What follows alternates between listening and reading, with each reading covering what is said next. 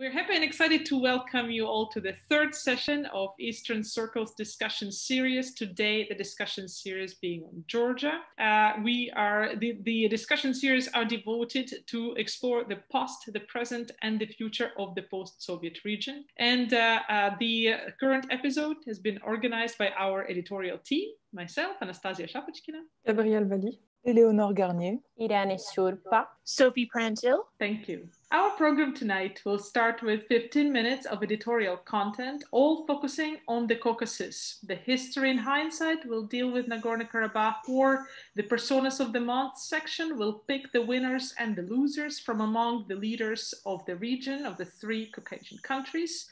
And the soft power section will share testimony of election observers in Georgia. We'll then discuss the power transition in Georgia with two guest speakers, former Minister of Foreign Affairs and Euro-Atlantic Integration, Tornike Gordadze. Thank you, Tornike, for coming today. Only European integration. That was a separate ministry.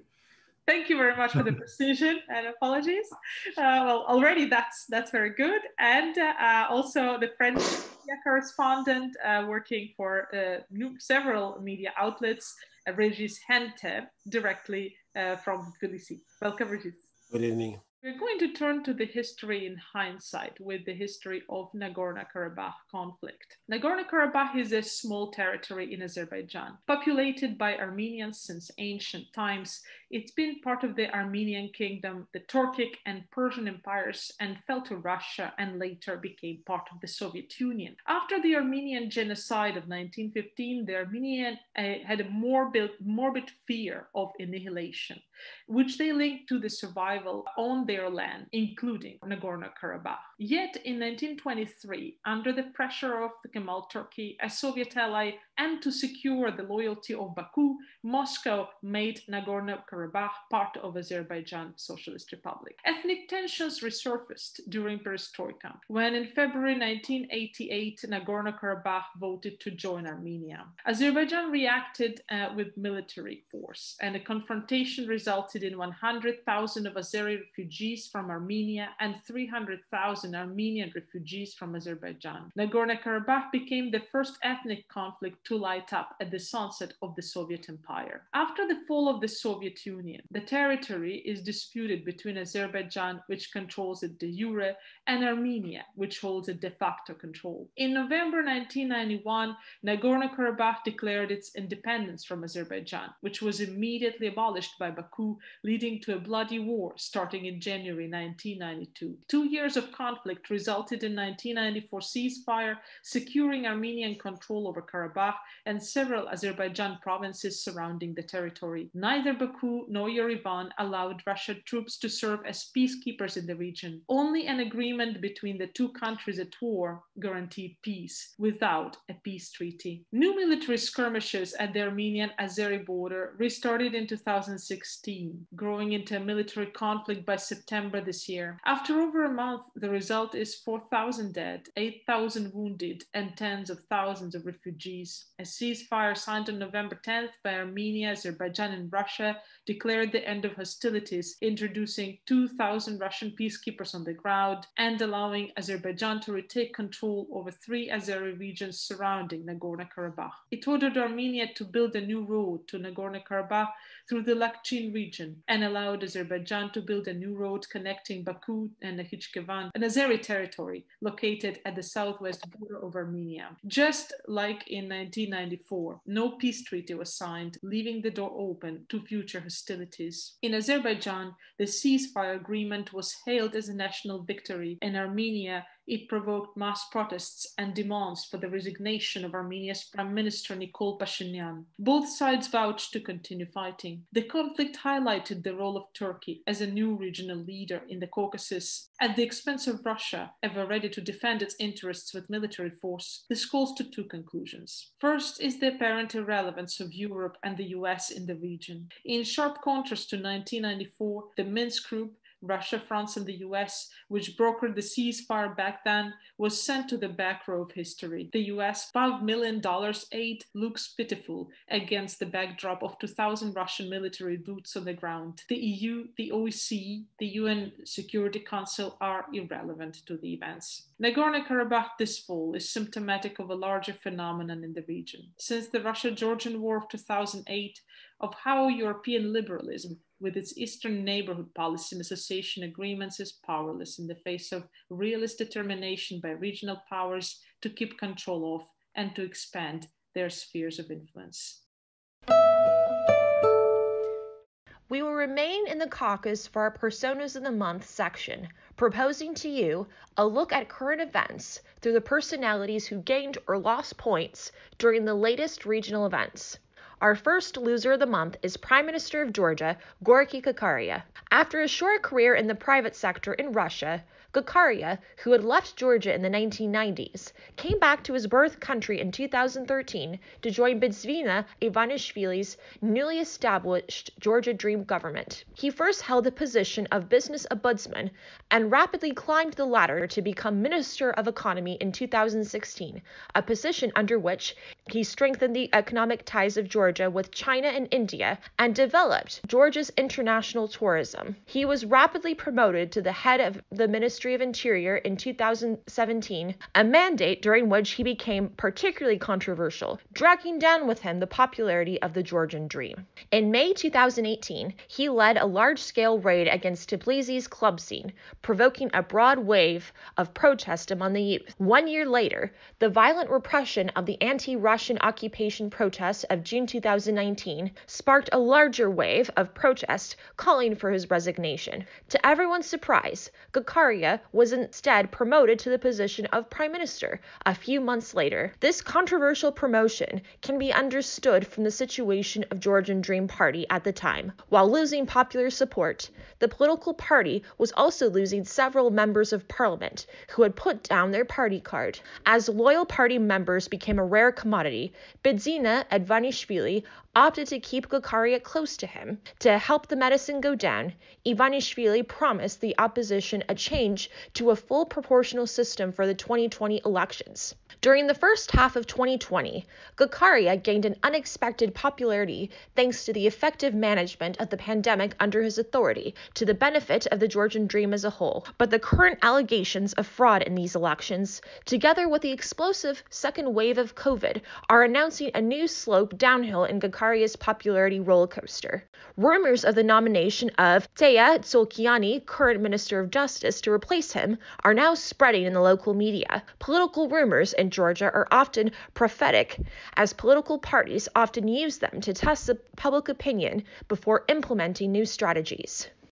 Our second loser of the month is Prime Minister of Armenia, Nikol Pashinyan. Before he became politician, Nikol Pashinyan had worked as an editor for several Armenian newspapers. He went into politics in 2008 as team member of then presidential candidate Lefter Petrosyan. After Serge Sargsyan won the election by a narrow margin, Pashinyan led the street protests, which were brutally suppressed. Pashinyan went into hiding but came out in 2009, faced his trial and was sentenced to 7 years in prison for his role in the protest. Released 2 years later by amnesty, Pashinyan became member of parliament in 2012 and Prime Minister of Armenia on the wave of the 2018 revolution, which wiped out Sargsyan's government. As a prime minister, Pashinyan went after the oligarchs as part of his anti-corruption campaign, arresting many former Armenian officials with ties to Moscow, damaging Russia's interest in Armenia and its relation with Russia. At the same time, Pashinyan did not shift Armenia's foreign policy towards Europe or any other power.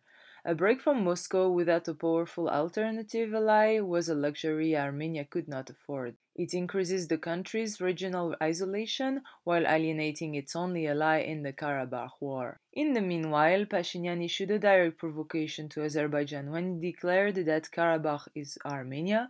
in 2019, reversing Yerevan's traditional position which treated Nagorno-Karabakh as an independent territory. Azerbaijan has been preparing for the confrontation for years, boosting its army with the oil money. In contrast, Armenia, dependent on Russia for its economy and military, was caught off guard when, acting upon a falling out between Yerevan and Moscow, and after securing the support of Istanbul, Aliyev launched an offensive against Nagorno-Karabakh in late September. It soon became apparent that Armenia does not have the human or military capacity to defend the contested territories.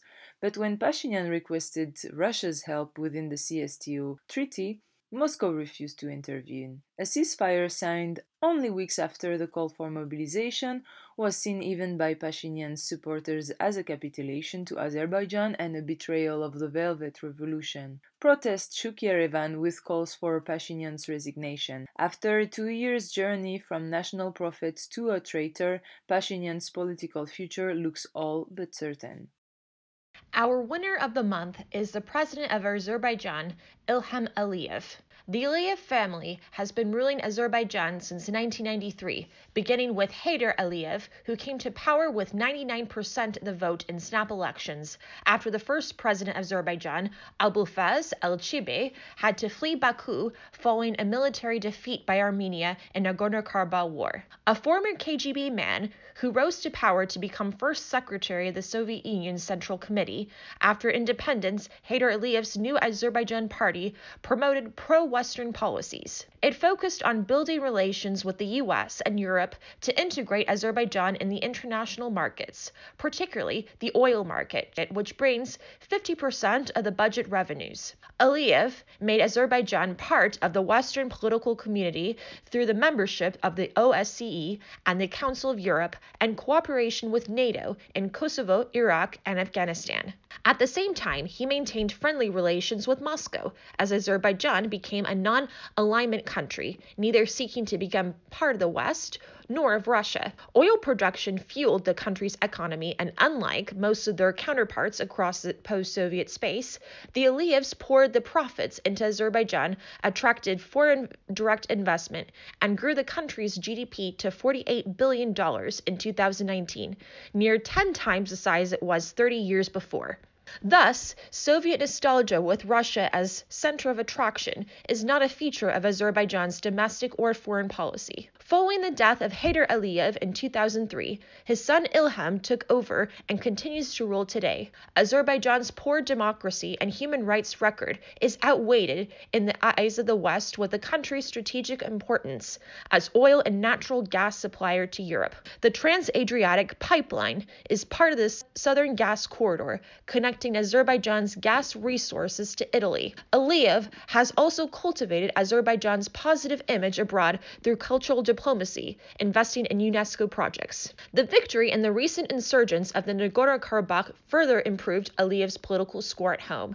Hailed as military and diplomatic victory, the ceasefire agreement gave Aliyev several wins. 3 out of 7 regions bordering Nagorno-Karabakh returned under Azeri control, including the Srediga-Shushna region, from the heights of which Nagorno-Karabakh can be annihilated in hours with short-range missiles. A direct road connecting Baku to the Azeri region of Nakhchivan in the southwest of Armenia is also a major improvement over the 1994 conditions. These outcomes are a fruit of Baku's non-alignment policy, in which Turkey became a natural and powerful ally. However, another key difference between the 2020 and 1994 ceasefires is a 5-year extensible presence of Russian troops in Nagorno-Karabakh, and thus in Azerbaijan. Since the record of Russian military presence in the post-Soviet region can be described in one word: indefinite, that is a major downside of Aliyev's victory. In our soft power struggles section today, I will share with you a testimony of my experience as an elections observer in Georgia. I was an observer during the last presidential election of 2018, and I'm going to share with you what has been reported for these 2020 parliamentary elections. The 2020 parliamentary elections in Georgia were held in very particular circumstances. A new sanitary protocol was added, and the international monitoring missions were very much downsized. In fact, the OSCE ODIHR monitoring mission, which is usually the largest monitoring mission in Georgia, had to rely on a very limited number of teams sent from the parliamentary assemblies of NATO, the Council of Europe, and the OSCE itself. European embassies have also mobilized their staff for the first round of elections to monitor the vote under the banner of the European Diplomatic Watch. These short-term observers are monitoring from very early morning on the day of vote at 7 a.m. just before the opening of the first polling station that they will observe during that day. After checking the protocol of opening, they drive around several other stations across one same district until the vote closes at 8 p.m. International observers only monitor the process and report. They cannot intervene even if fraud occurs. In Georgia, legal complaints are filed by registered contestant or accredited local observer groups on the same day of election or the day after, which is a very short time. Observers stay inside the polling station to watch the vote count after the polling station closes. Counting can last a very long time if argument occurs, which is often the case due to the high presence of accredited observers deployed and funded directly or indirectly by political parties, who are observers that can also watch the count. Sometimes they even operate their own parallel count, which can cause a lot of chaos. This is a situation I've witnessed during the last presidential election, and the overall excessive number of party-affiliated observers in polling stations was pointed out this year again. After the votes are counted, the observers monitor the transfer of the data from the polling station to the District Election Commission. The international mission acts in parallel to a very large-scale mobilization of local watchdog organizations in Georgia. These organizations are well established and trusted, and their activities go much beyond monitoring because they can file legal complaints in case of non-respect of the vote protocol. Such a large mobilization of civil society makes blatant fraud practice such as ballot stuffing a very rare practice in Georgia. Nonetheless, for these elections again, a more subtle practice was pointed out: the presence of activists outside of the polling station, who are basically people who are checking on other people who are pressured to vote for a certain party to check if they indeed went to vote on that day. It is quite easy to assume that it would be a very easy practice to implement for the ruling party because they can have a certain pressure on a part of the population which has public jobs such as local administrators and teachers, but this practice is actually not exclusive to them. For our discussion on Georgia's democracy in zigzag, we will host two experts, Tornike Gordadze and Regis Janté. Tornike Gordadze is a political scientist who is currently the educational advisor at the French Institute of Higher National Defense Studies. He also served as Georgia's Deputy Minister of Foreign Affairs and State Minister for European Integration. I would also like to kindly introduce our second expert that you probably already know, Regis Janté, independent French journalist directly from Tbilisi. Regis Janté is a regular contributor to several French and international media, such as Le Figaro, RFI, or France 24. He is also the author of several books, among which Putin and the Caucasus, published in 2014. But before giving the word to our two experts, let me briefly sketch out an introduction to the current situation of Georgia. Politics in this Transcaucasus Republic has been shaped by a multi-ethnic and multi-religious regional background. Georgian population approaches 3.7 million inhabitants and encompasses various national minorities. Moreover, nowadays Georgia is also experiencing a territorial dispute with almost 20% of its territory occupied by Russian military forces. Indeed, the relation between the Caucasus and Russia is peculiar. Diplomatic links are cut, but Moscow has at its disposal several soft power and hard power levers to activate in Georgia. Let's also remind that Russia is still Georgia's second trade partner, despite the fact that Georgia and the EU signed the Deep and Comprehensive Free Trade Area Agreement. Regardless of these trends, Georgia has experienced one of the most dramatic shifts from the Soviet order to a liberal democracy and market economy. The 2003 Rose Revolution, led by its young leader Mikheil Saakashvili, put an end to the Soviet rule of Shevarnadze and reshaped the country through deep reforms. But voters' dissatisfaction later grew, and the country experienced a peaceful change in power in the 2012 parliamentary elections, during which the Georgian Dream party of the oligarch Bidzina Ivanishvili won the majority. Since then, the oligarch has worked in the shadows, shaping Georgia's political agenda. At the end of the day, one might argue that Georgian politics cannot be regarded through the simple prism of pro-Russian versus pro-Western forces.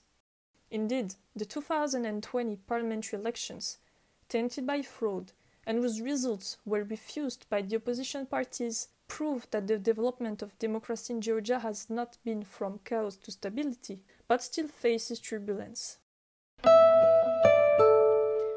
Today, to discuss this, the first question will go to Tornike Gordadze. What could you tell us about the political system in Georgia? Several key political reforms were introduced in recent years, from a presidential to a parliamentary system, from a majoritarian to a proportional system. So what were the reasons for these reforms? How did they happen? What did they accomplish? And finally, where did they fail?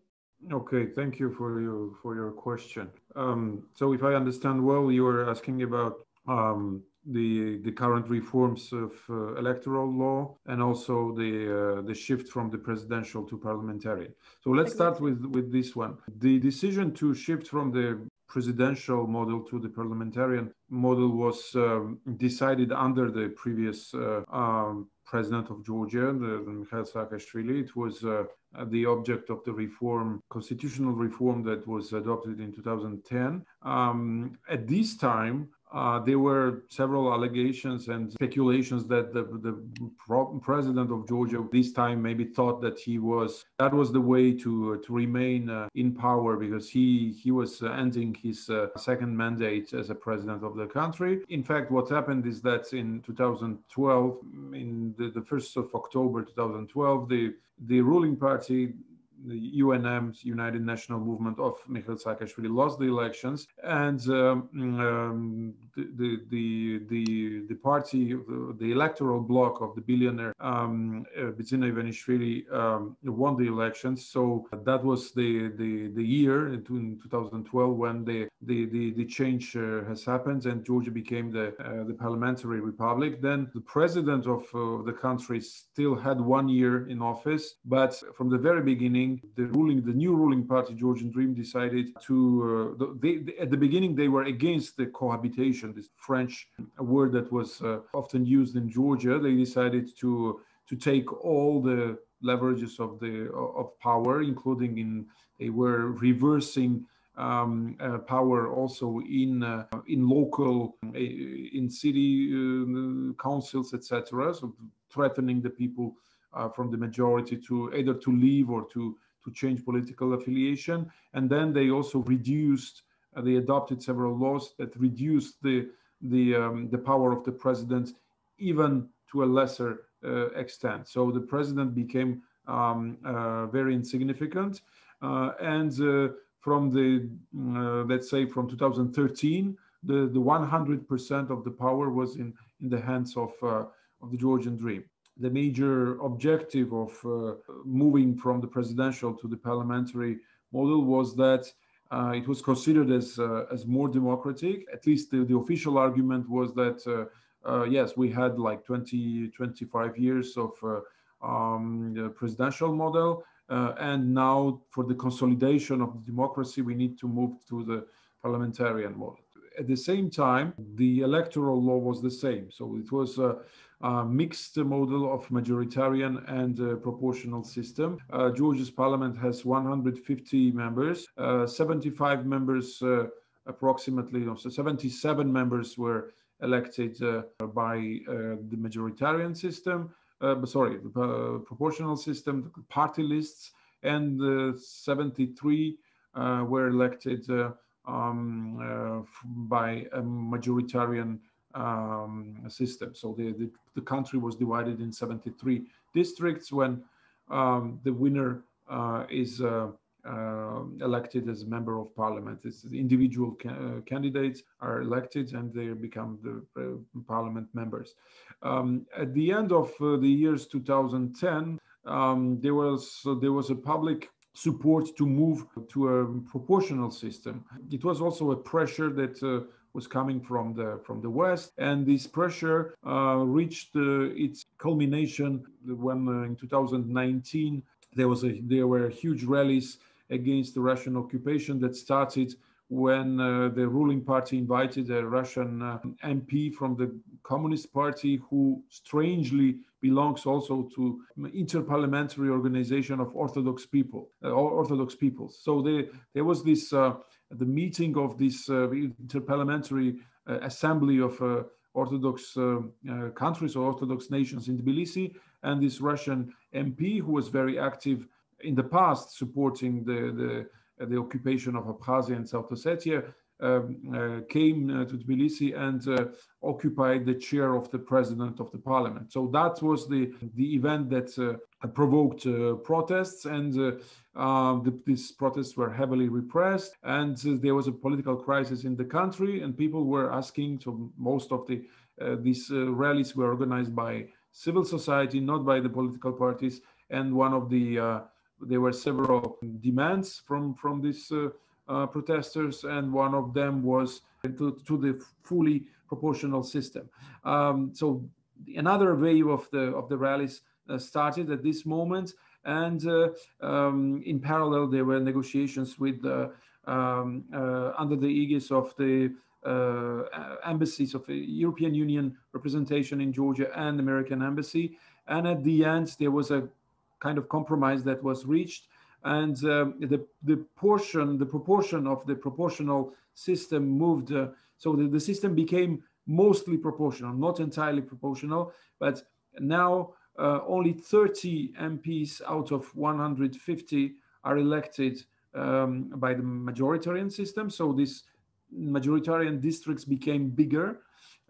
We have 30 districts, and before it was 73, and the other 120 are elected by the party lists, by the proportional system. So these are basically the changes that were introduced recently in both institutionally and in terms of electoral system. Thank you very much for this answer.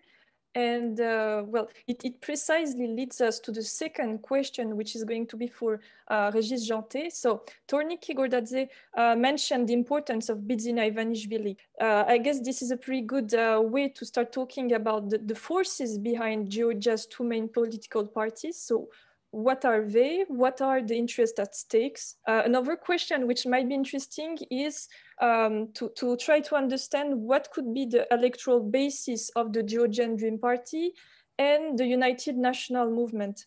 And finally, because I guess this is a major question here, what can we say about Bidzina Ivanishvili, Régis? Who is he? What is his role in Georgian politics? And what are his relations with Russia exactly? After what Tornike said, going into some details and the main ones to understand the political situation, I would say that just to add one word on that and to give maybe the wider picture, is that indeed the political forces are trying to adapt their legislation to their needs, I would say, and it is not only in Georgia that this happened, but behind this, I feel that there is a genuinely democratic process which is underway, and this is what we observe more or less in 30 years. Of course, it can be erratic, but it was also erratic in France or in UK previously. So I don't see nothing exceptional in this, and I feel that there is something genuine in this process, genuinely democratic in this process, which can go back sometimes and then going ahead and so on. And I look, for example, at the presidential elections 2 years ago. It was a perfect example of that. The first round, the people wanted to punish the government. They were unhappy with their results because economically the situation is stagnating. People are still suffering and so on. And they decided to vote against the candidate which was supported by the government. And it was Madame Zourabishvili. And then in the second round, and then I will speak about Mr. Ivanishvili, something happened. I would say basically he just bought 600,000 loans, to the people to make them happy and vote for Mrs. Zurabishvili. But at least the first round was purely a clear example that there was a really genuine democratic life in Georgia. People could understand what's going on, they get a lot of information, and they make the choice freely with not that much pressure. What are the forces behind the two main parties? I'm not sure it's the proper question because the forces, and this is what I try to explain now, at least for the UNM, it's really coming from the population for some aspiration. The opposition finally, not always about that, but partly is not between being a leftist or rightist, for example. This is not how the political field is shaped in Georgia, but I would say at least how it is shown by these two main forces is that the question of Russia is one of the most important ones. And one party thinks that the best way to defend Georgia, to strengthen the state building and the energies, I would say, in the country is to be in opposition to Russia, to not make compromise, otherwise you would be lost. And the second one is to, and this is more the Georgian dream, is to make some compromise, to not be in confrontation with Russia. I don't say that, again, it's not, the whole politics of Georgia is not about this question, but it is one of the most important ones. I'm not sure that in terms of economy or social issues and so on, that the differences are not that important between the forces, between these two parties. Are there some forces behind? I'm not that sure. I think it comes from partly the population, partly the political circles, the people involved in politics. Electoral base of the two parties, maybe Tornike would be better to talk about that than me, but of course, on the UNM, you would have more pro-European people, more city people, but that's not people who indeed are more having an aspiration to the West, but you also have these people in voting for Georgian Dream. I'm not speaking about the leaders, I'm speaking about the people voting for them. Partly speaking about the 2018 elections, where it was really hard for the Georgian Dream to keep its electorate, and they had to basically at least intervene, not democratically, to get Mrs. Zurabishvili to be elected. In this case, we saw that they use also a lot of a new kind of built electoral basis these last years, made of people who are more working for the state companies or the government affiliated companies, and which created a kind of basis for the Georgian Dream. To come back to Bidzina Ivanishvili, I think this is indeed very important to understand who is this person, because he's today certainly the most powerful actor in the Georgian politics with the Georgian people. I wanted to insist on that because it is always forgotten. He is an oligarch, and we should, till the end, understand what is an oligarch. It is something which is forgotten in Georgia, because Georgia is not an oligarchy, but he's an oligarch who made his money in the 90s in Russia. I'm certainly not saying that he's a puppet of Russia, but as an oligarch, he's still tied by Russia. And I think there is not a single example of an oligarch who made his money in Russia in the 90s or later, who can be free for any ties with Russia. There is no example, because this is the way what Russia is working, because Russia is not a democracy, and a businessman is not only a businessman. And this is what we can observe often with the behavior of Ivanishvili in Georgia. Tornike was speaking about the crisis of June 2019, for example. We could clearly see in this case how he was permanently having an eye on what Russia would say, how he could not irritate Russia, and so on. Some say that it is better now for Georgia to be in the more or less under the control of Ivanishvili, because he knows how to behave with Russia and to not irritate them, and to make Georgia more quiet or less exposed to the danger of some Russian brutal intervention politically or in another way. But this should be always kept in mind. I'm not saying that Ivanishvili, again, is a puppet. He's just obeying to what Russia says, but he's always taking into account what he said and how he should play, I would say, with Russia. Once I wrote an article, a kind of biography of a profile of Ivanishvili, and I use as a title an expression that Berezovsky, who knew him, said. He said he is a man who is playing always according to the Russian rules. So he knows how to not irritate Russia, how to play according to their rules. And this is probably how Georgia is today led.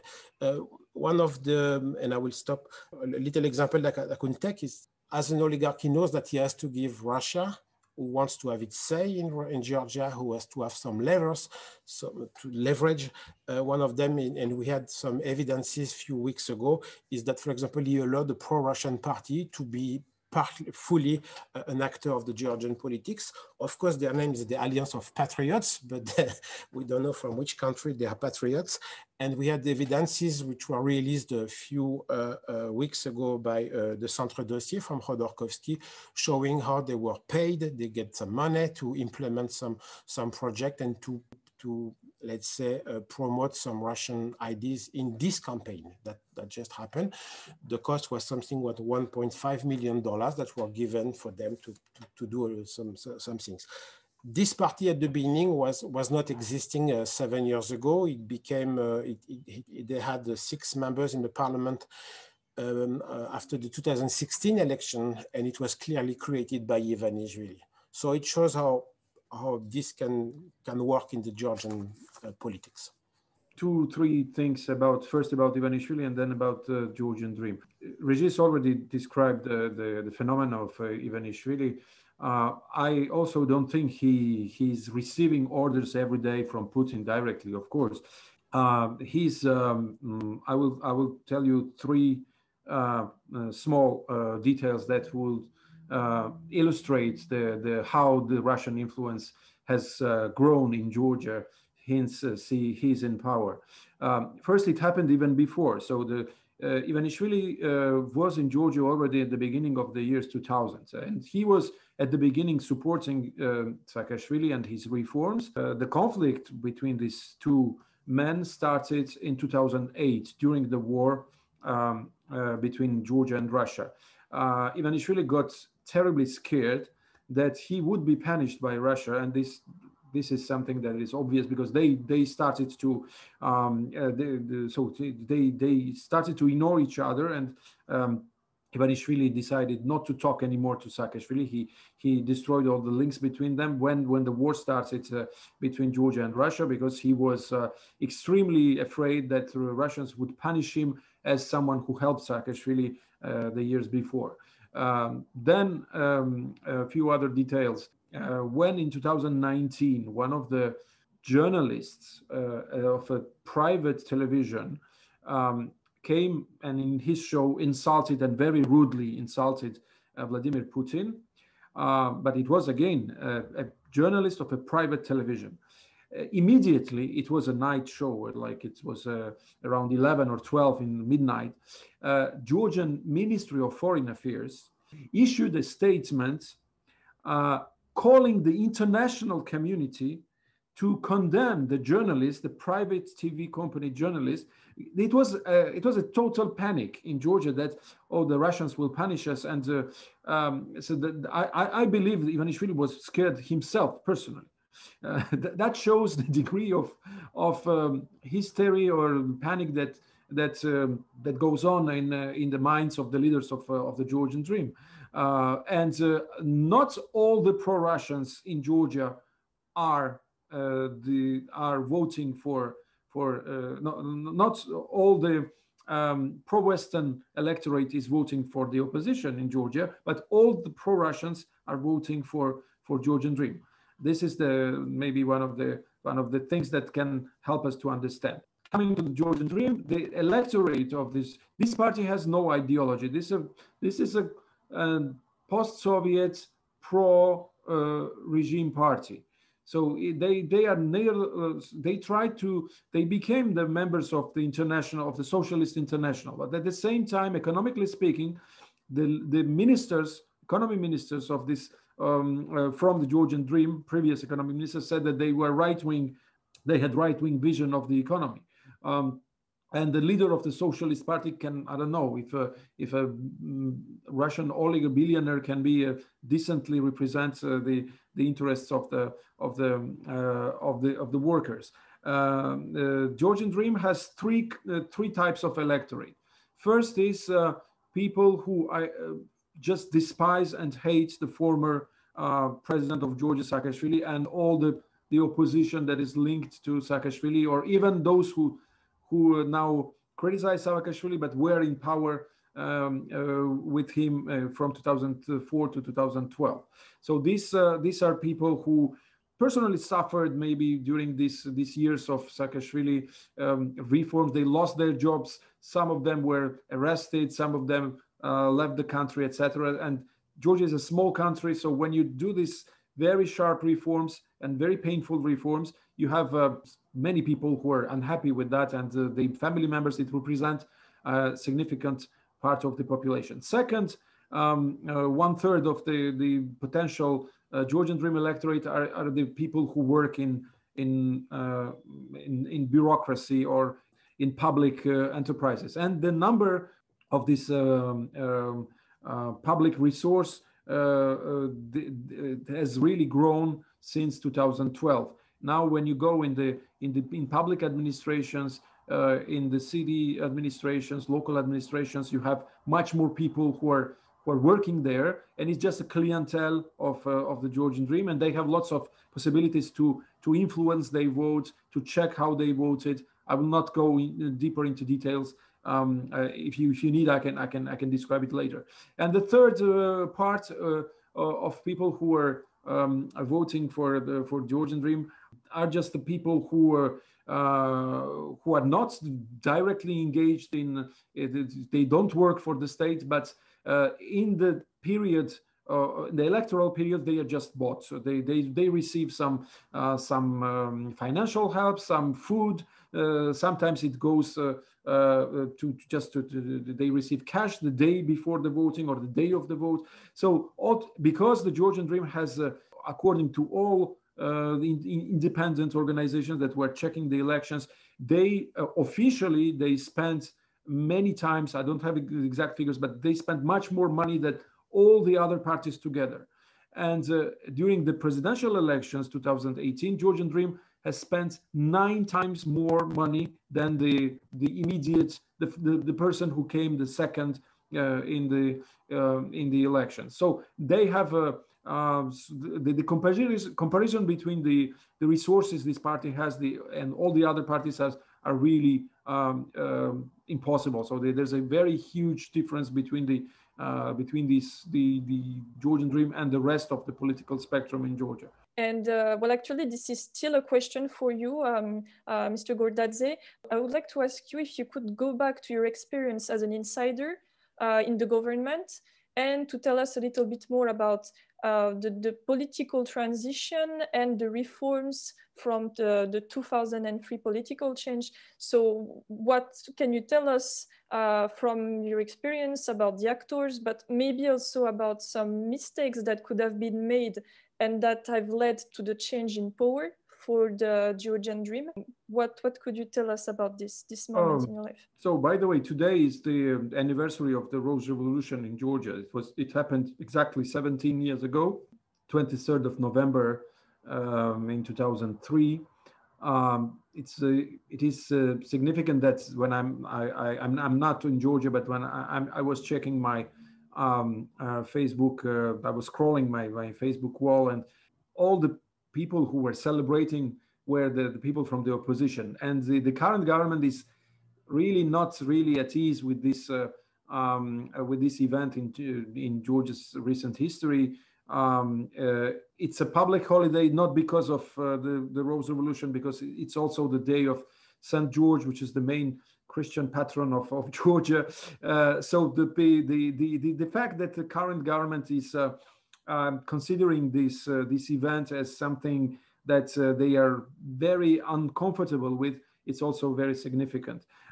So what's happened from 2003 to 2012 it's very difficult to make to say it in a few minutes. I would say it really transformed Georgia from a extremely corrupt, failed state that was Georgia in the 90s. Georgia was among the most corrupt post-Soviet countries and really lagging behind in terms of all reforms. It was not an authoritarian, it was not a strong authoritarian state. It was a kind of hybrid, half democratic, half authoritarian state, but with the main issue that was corruption and the incapacity of state and the massive corruption of state officials. The main success of the Rose Revolution was to eradicate the corruption, maybe not entirely, but to make a huge progress in that, and Georgia jumped from this in the ratings from, I don't know, 100 and something place to the among the nations with much less corruption, and even Georgia got better results than some members of the European Union. Georgia has still now a very modern and efficient bureaucracy. Georgia created a new police force, new financial system. I mean, the tax system. Georgia created an army because Georgia had no armed forces before 2003, 2004. And also the fact that corruption disappeared or diminished in education, in public education, etc., pushed some people from different segments of the society, from the provinces, etc., to get a better education and to participate more easily in public life of the country. Of course, there were flaws, and government failed in reforming judiciary. Judiciary remained extremely dependent on political power. At the beginning, it was explained by the fact that Georgia needed an obedient judiciary to make reforms and to destroy corruption and quickly. But with the time, it became really a problem because there was an evident lack of the independence of justice. There were some serious problems in treatment with crime. The Ministry of Internal Affairs sometimes felt unpunished. So in repressing the crime, sometimes they went too far. This zero tolerance methods that was adopted had also shortcomings and made people also very unhappy, at least part of the population very unhappy with that. So all this accumulated, and this fatigue of people with constant reforms, economic reforms, just liberal economic reforms, with the evident improvement of the average and global economic situation in the country, but with still lots of poverty, made that in 2012, people wanted the change, and they voted for the opposition, and then the opposition was represented by the Georgian Dream. What is important is that in 2012 there was the ruling party, National UNM, lost elections, and they accepted the defeat, and they peacefully transferred the power to the opposition. That was the first and unique time in the history of modern Georgia since the independence, because in the 90s, in 1992, there was a regime change by a violent coup d'etat and the subsequent civil war. And in 2003, there was a revolution, peaceful revolution, but still a revolution, not the transition by elections. And in 2012, that was the first time. Now, unfortunately, we see that, judging from the last elections and from the last presidential elections, that electoral transition seems very, very difficult, even impossible in Georgia. This is the main problem now. And that's why today all the political parties of the opposition, there's not one exception, they are boycotting the current parliament, and they also boycotted the second round of the election. All right, thank you. And Regis, would you react to what has been said? Yeah, I will just underline two, three things. And indeed, what Tornike just described is what I observe since 2003.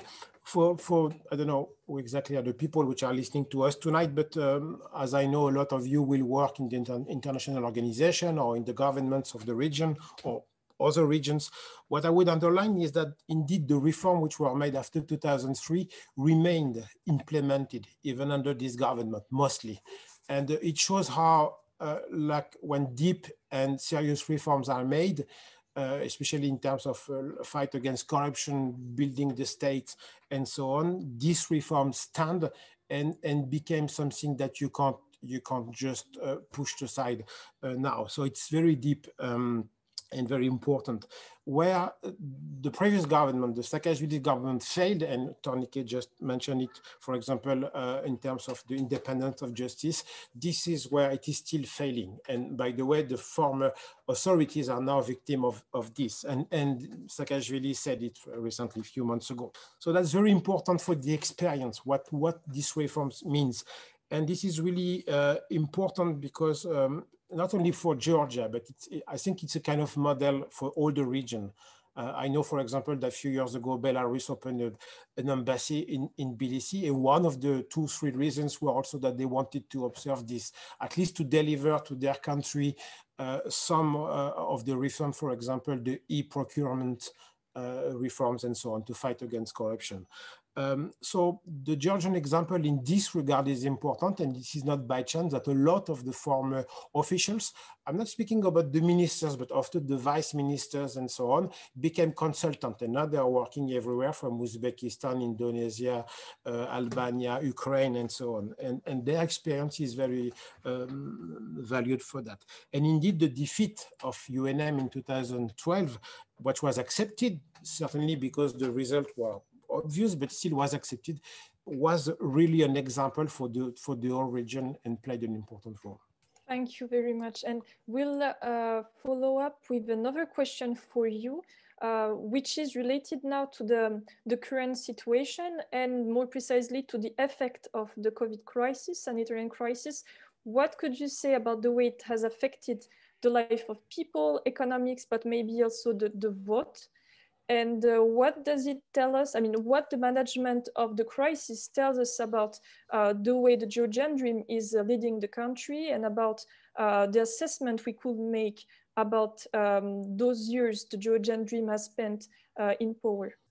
I agree with Tornike when he said that this government has no ideology. And this is one of these problems because we feel that they are just managers of the country. And I remember taking an interview with Mr. Gacharia 1 year before he became prime minister, because I thought he would become prime minister, but it lasted 1 more year. And one of the questions I really wanted to ask him is, are you a politician or are you something else, just a manager? And himself said that I am a manager. So the way that COVID was managed till, let's say, the end of the summer was pretty effective. And there were very few cases. Georgia was one of the countries, the first to react really quite seriously back in January. I think the first measure, which was to stop the flights from Iran, was taken something like 29th of January. Then 2 weeks later, they stopped the flights from Italy and so on. And it was quite effective because Gacharia is a manager. So he managed he managed the COVID crisis. It became more difficult at the end of the summer because, of course, economically it started to be difficult. The tourism is quite important in Georgia. In terms of GDP, it is not that important. It is something like 7-9% probably of the GDP, but it is really important because this money flows into the population, into the small businesses, and that's really important. So they started to more open the doors, to let the people, at least the Georgians, to go to Batumi, to the sea shore and so on. And it became very difficult precisely now, just before the elections, these last 2 months, and the situation now is difficult. I think by the end of summer, there were like something like less than 100 victims of the COVID in Georgia. And tonight, I think we are 1,000, a bit more than 1,000. And every day, and this is not giving the whole picture, but we have like 4,000 confirmed cases in Georgia, because we can't do more testings, but probably there are much more. So now it's almost not, it's almost out of the control. It was really important because these governments in 2012 didn't manage to really, I mean, lacking of ideology, lacking of ideas of direction to give to the government, to the country. They didn't manage to get serious results, and people are quite unhappy, and this is why in 2018 they didn't vote for the candidate supported by the Georgian Dream, and for these elections it was also a big really problematic. And they expected that the COVID crisis that they managed again to more or less handle till the end of the summer would be for the first time something that they could really, something positive that they could bring to the people and to get to secure their votes. This didn't happen, and this is probably this election was not that clean as we could expect in Georgia. Thank you very much. Now I would like to go to some question that we will call the 2-minute question. That is to say, I will ask you to try to answer within 1 and 2 minutes so that we can take the questions of the audience, which already started to appear in the chat. So, Tornike Gordadze, could you tell us some words about the rallies going on in Georgia right now? Because something that we can say is that demonstration open often in Georgia. So is it different? What can we say about the situation right now? What could be the results of those protests and somehow the stalemate that we are trapped in, because the opposition has even sent an ultimatum recently to the government, not accepting the results of the first round of the election. So what can you tell us about this? You are right. Georgia has a long tradition of very vivid and active political life and striving civil society and political parties, etc. But it's for the first time all the political parties minus one are united together. I mean, people with very strong ideological differences.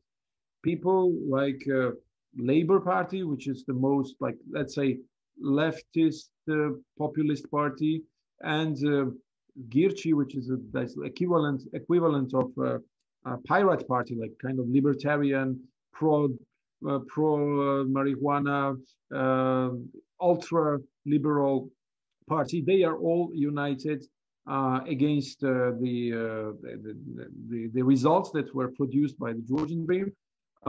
They produced lots of evidences of very gross manipulations, not during the day of the vote, because of course there was the electoral campaign was biased, but the day of the vote it was more or less okay, so not worse than in other elections, but the way the process of counting was extremely damaged. And even during the visit of the Secretary of State Mike Pompeo, the officials from the state from the United States claimed that the fatal damages were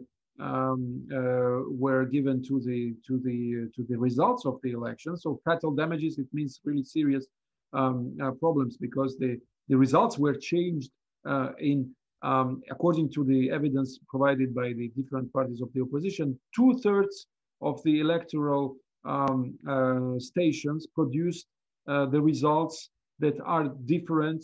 The figures do not correspond between the people who went voting, who got the ballots, and the number of ballots. And sometimes differences are very big. In some regions or in some towns or settlements, you have like from 25 to 30% of the ballots that were invalidated. This is something and overall it's more or less 5%. So you have a huge problems in counting. Most of the exit polls showed the result of the ruling party was around 41-42% from 40 to 42, but at the end of the day they got 48%, which changes the balance of forces, and that's why the opposition decided to boycott the second round. They consider that the Central Electoral Commission is entirely under the influence of the ruling party and Mr. Ivanishvili, and they were asking new elections with new Central Electoral Commission.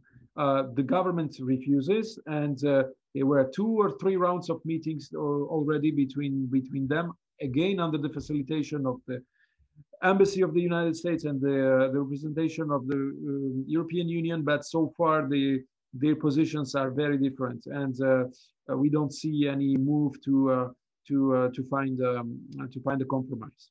Thank you very much. Now I will go to the questions of the audience that I'm going to address maybe in a different order and sometimes to mix so that we can cover larger questions and thematics. So we had a question related to Zurabishvili, the president of Georgia. Zurabishvili positive reaction to the agreement on Nagorno-Karabakh with Russian peacekeepers. So I would like now to talk about the effect of this war on Georgia's political agenda, and also to ask this question, which is in the chat. So does the reaction of Zurabishvili reflect the majority position in Georgia, and what is it going to change in the country? Zurabishvili is really not an important actor in the Georgian politics. Just to underline that, she said that, but what I know for sure from my sources is that indeed the Georgian government from this summer was really worrying about what's going on in Karabakh. Some people in the security services around the prime minister were really understanding properly the situation already this summer, and already this summer they knew that the war would erupt. They didn't know exactly when, but this was for them for sure. And they worried for the right reasons. They understood that Russia, with this conflict, could become much more powerful in the region, and that Turkey is becoming an actor. Just to remind something, remember that during the war 2008, Turkey was not an actor, was just pushed aside by the Russians. And Erdogan came to Tbilisi. I remember being at that meeting at the new President's Palace with Saakashvili. Saakashvili was polite, everybody was polite. Turkey came with a kind of platform, I think it was the name of their initiative, but that nobody even read at the time. So indeed, there is a big change and everybody felt it in Tbilisi. So did they react positively? I think they understand, and I didn't really talk with officials since 3 days, I'm back here. But what I see is that Aliyev didn't win that much. This has to be understood with what happened in Karabakh, because even the people in Baku sometimes they say, but what do we celebrate? Because Karabakh remains out of our hands. So the victory of Aliyev is a victory where he doesn't get back the Karabakh.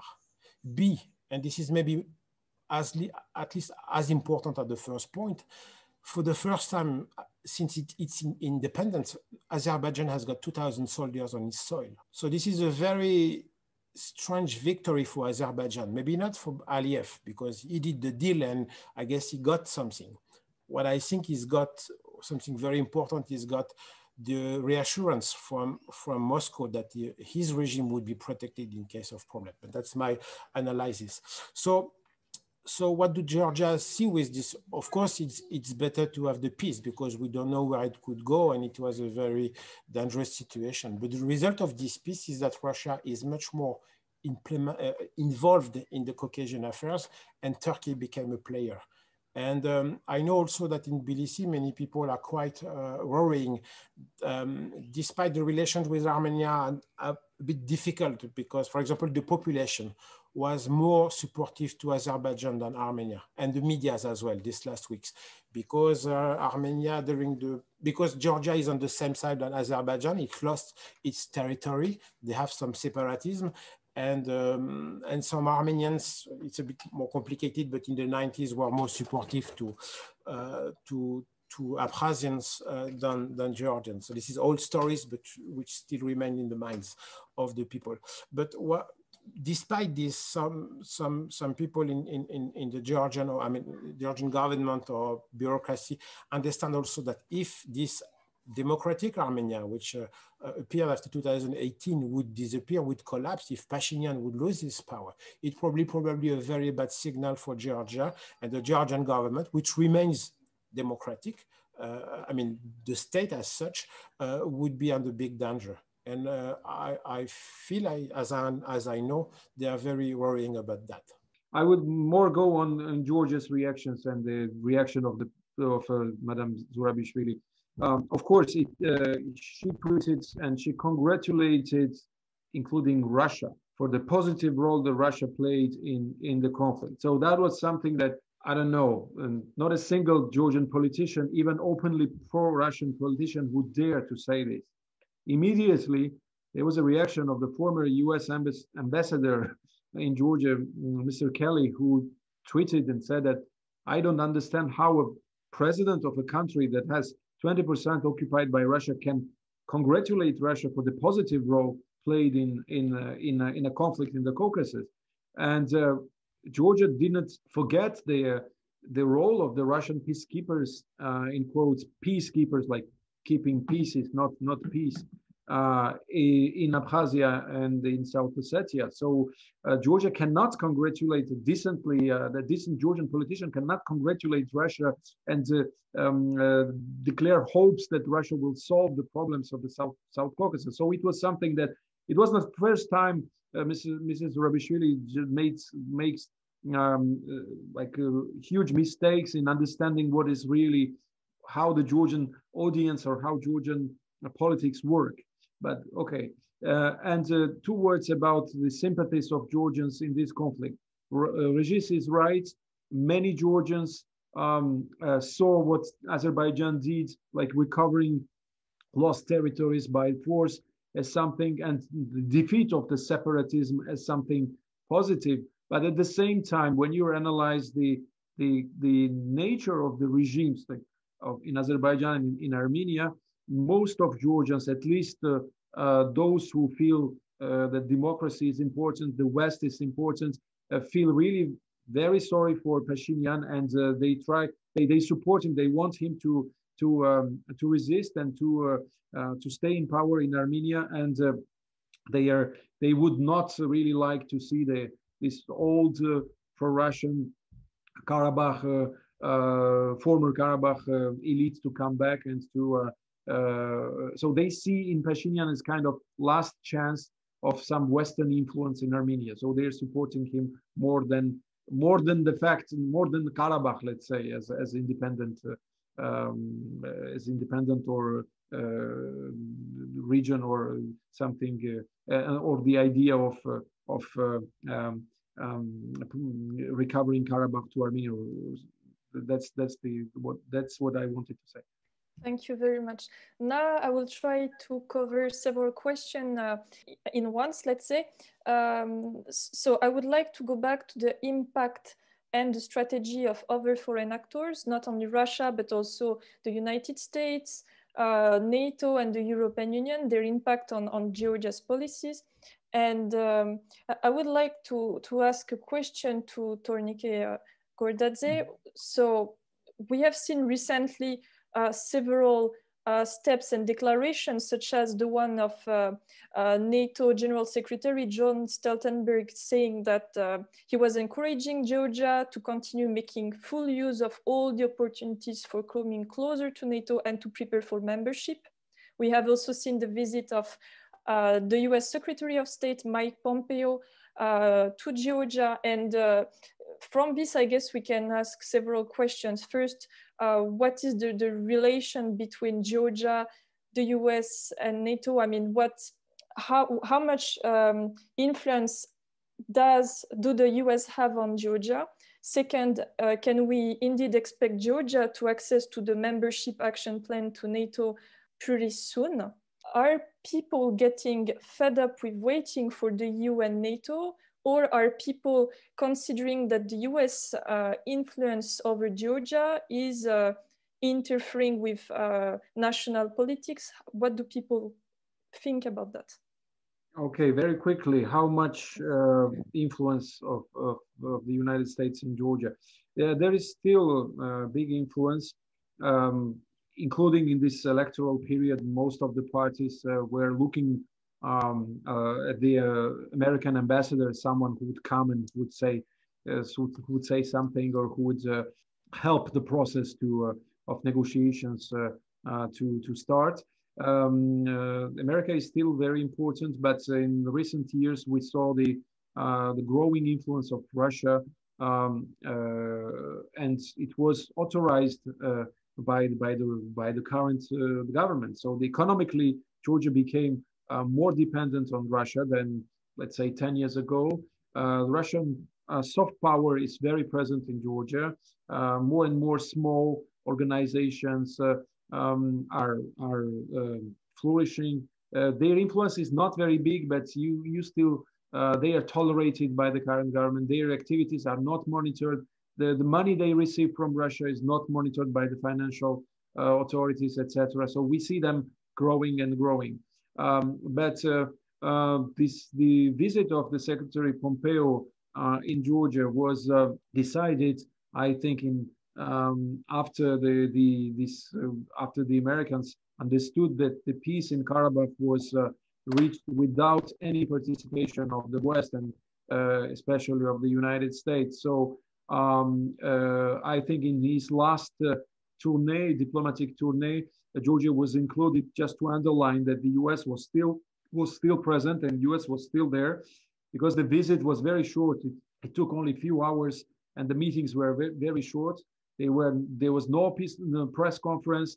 He immediately flew to Israel. He spent only 4 or 5 hours in Georgia. So he spent one night plus 3-4 hours of meetings. But that was a gesture to underline that the US was still there. NATO is another issue. Georgia, US is not the only power who decides about the new members of NATO. US was supporting Georgia's membership action plan already in 2008, but it didn't work because there was a serious opposition from Western European countries, including Germany, and especially Germany and France. So this opposition is still there. There is no consensus among the all 29 now members about Georgia's membership. Georgia is trying to be more inventive or creative. There were some ideas telling that if you don't accept Georgia because Georgia has territorial conflicts with Russia, let's adapt the Article 5 that implies the defense of one of the member states when it is attacked, only to the territory of Georgia that is under the control of the central government, not to the separatist territories of Abkhazia and South Ossetia, and this will be left for future. But even in this case, most of let's say Western European countries see Georgia's membership as something that would be seen very negatively by Russia. So the idea is still the same: not provoking Russia, and to kind of giving to Russia an implicit veto right for the new members of in NATO. But cooperation between NATO and Georgia is deepening. I mean, technical, different types of cooperation. And there was also now the expert community of Georgia moved to the new idea of proposing some kind of, asking for some kind of American, not NATO, but American military presence in Georgia. And there was a letter prepared by and signed by 40 former ministers and experts or diplomats, former diplomats or ministers. Pompeo arrived in Tbilisi, and this letter was asking for some kind of military presence of the United States in Georgia. And the last question was how is still people considering European Union and NATO as a main destination of Georgia's politics. Yes, still, because there is still Russia. To be very short, unless Russia changes its policies and becomes different or radically different, the Georgians will have no other option than to strive and to ask for rapprochement with NATO and the European Union. Of course, there are lots of deceptions, including in the fact that European Union and the United States did not even recognizing the damaged nature of these last elections. They are still asking the opposition to enter the parliament and to accept the defeat. And this is something that disappoints a lot of people. But Georgia has no other geopolitical option than Russia on one side, and which is still seen very critically by most of the population. Even the Georgian Dream cannot openly say that they want the better, I don't know, rapprochement with Russia without the resolution of Abkhazia and South Ossetia issue. And most of the population who see the West as the only geopolitical vector for Georgia. Thank you very much. Maybe a very last question to Regis, which is probably also going to be a reaction to what has been said, and to cover the two last questions within the chat. How do you think about the fact that the West is pretty much fearing Russia's reaction and giving to Russia this implicit veto right? Do you think that somehow this is why the West is much more favorable, according to, I mean, this is one of the questions to the Georgian Dream Party, and can close its eyes to the mistakes of this party? And finally, since it appears that joining NATO is also a matter of will, as we could rewrite the Article 5, do you think that the new US presidency with Biden could lead to a more straightforward approach to this question and to Georgia's integration? Just one word about the population fed up or not about waiting. Indeed, I feel that not. And since now 8 years after the Georgian Dream is ruling the country, we see that the surveys are still showing that something like 2/3 of the population, a bit less maybe, are still strongly supporting the Western course of the Georgian foreign policy. So it looks like that it's really something quite strong, quite rooted in the Georgian opinion. They're also waiting because politicians are explaining this, and also they understand this, which was not clear maybe years before, but that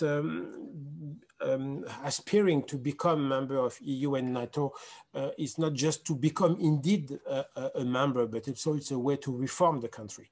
It gives a direction, and at least beyond the political parties, the ideas, the people, this remain something quite important. And even if sometimes the politics as it is now is not really deciding on the goals to follow its own, at least these goals are remaining and gives quite a direction to the Georgian foreign policy.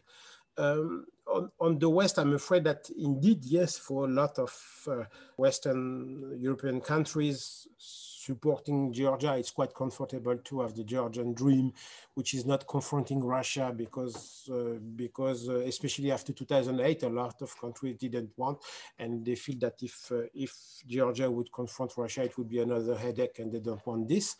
So I'm afraid it's part of indeed the whole picture, and it explains why many are passive, and also because, of course, the Western countries have so many problems, so many troubles at the moment inside European Union, COVID, Mr. Trump, which was not helping also, and so on. And all of this is indeed extremely important. On Mr. Biden, I'm not sure it will help. Let's see.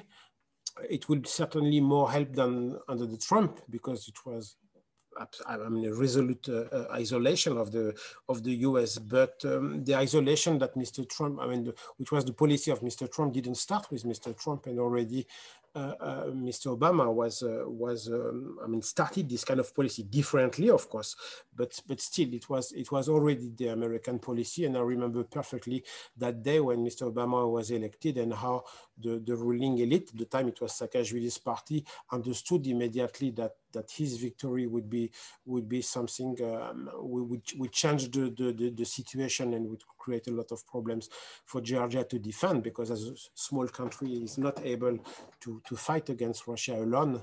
And now if Turkey is also a new player in the game, it will be more difficult in an environment, in a whole environment, which is less and less democratic around.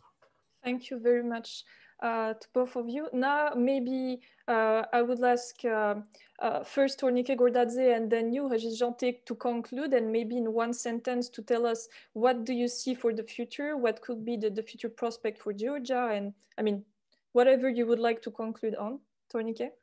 I think the coming few months will be very important because of the changes that will also take place in Washington. I cannot say, like, I cannot predict the future, but what we hear from the people who are close to the President-elect Biden and will probably work in his administration or in State Department working on the region. They at least in their declarations and in their statements, they seem much more engaged and interested in the region. Widely speaking, I mean also in Russia, but in all former post-Soviet space. So there is a hope that there will be more engagement from the U.S. And also this current stalemate or political crisis that goes on in Georgia will have an evolution, because the economic crisis looming because of the COVID. There is problems in dealing with the epidemic and with the pandemic. Sorry. And some radical changes should happen in Georgia, I think, not immediately maybe, but for the spring, because the country is kind of boiling, and I don't see Georgian Dream, even if they stay in parliament alone, ruling the country for 4 years without some changes. So I think there will be some changes. Thank you very much. Now, Régis, would you share with us your thoughts to conclude? I would say two things. The first thing, I would love to put what's going on in Georgia in the wider picture, wider in the time, in the period, and wider in the geography.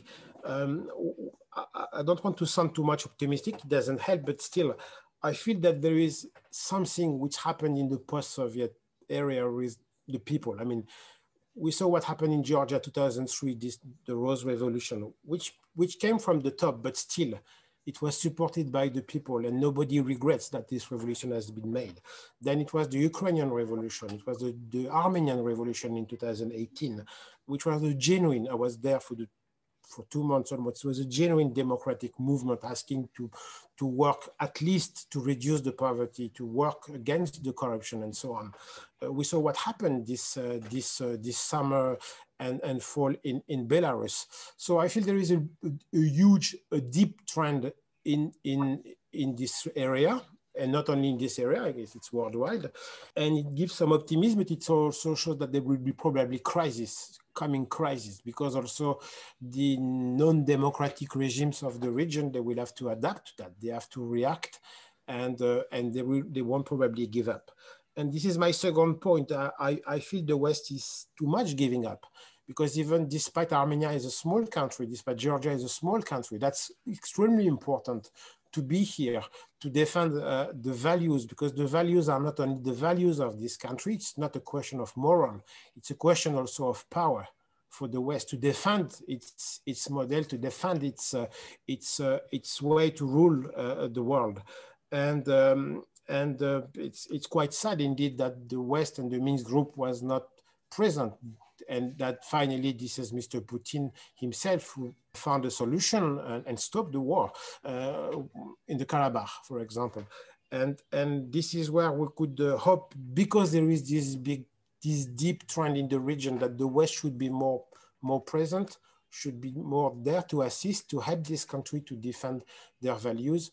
As small as they are really important. Just one, this is really my experience. I see also that every little crisis, even in Georgia, for example, the one we were speaking about in June 2019, if Mr. Putin reacted so badly, punishing Mr. Ivanishvili, which is not going against Russia, punishing, I say, for example, they stopped the flights still today from Russia to Georgia, which is really important because up to 2 million Russians are coming on holidays in Georgia. So it's really economical damage important. It is precisely because it was a crisis, very anti-Russian, which turned very anti-Russians. And for Moscow, for example, it is important because it means that everyone in Belarus, in Uzbekistan, in Kazakhstan, in Armenia, in Ukraine is looking at that. And the example, the bad example in the Moscow eyes is given. So it shows how these events are really important. Thank you very much, and thank you all for attending this conference. We were really pleased to be able to ask your questions and to have a little brainstorming session over the events occurring in South Caucasus. And of course, we understand once more that we'll have to follow closely the situation in Georgia and more broadly in the Caucasus in the following month. And we hope that we manage to share important, interesting informations with you, and maybe above all, are patient about the topic. Thank you again for spending this time with us, and we hope to see you for the next event, which will be within some month, because we'll take a break for the winter holidays, and we'll meet you back with an event on Ukraine at the beginning of the year 2021. That's going to be in January. Thank you, Gabriel. Just a one word of conclusion as well. Between this event, so thematic event on Georgia, and the next January event on Ukraine, we are going to organize in December kind of an end of the year quote unquote party, if you want, obviously on Zoom.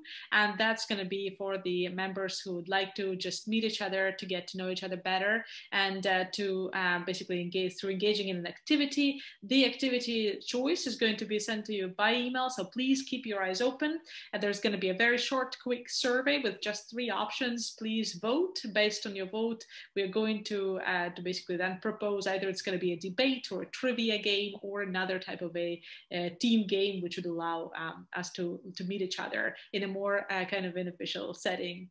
Thank you so much, Tornike and Regis, for connecting. Thank you to everybody who connected from our audience. It's very good to see you.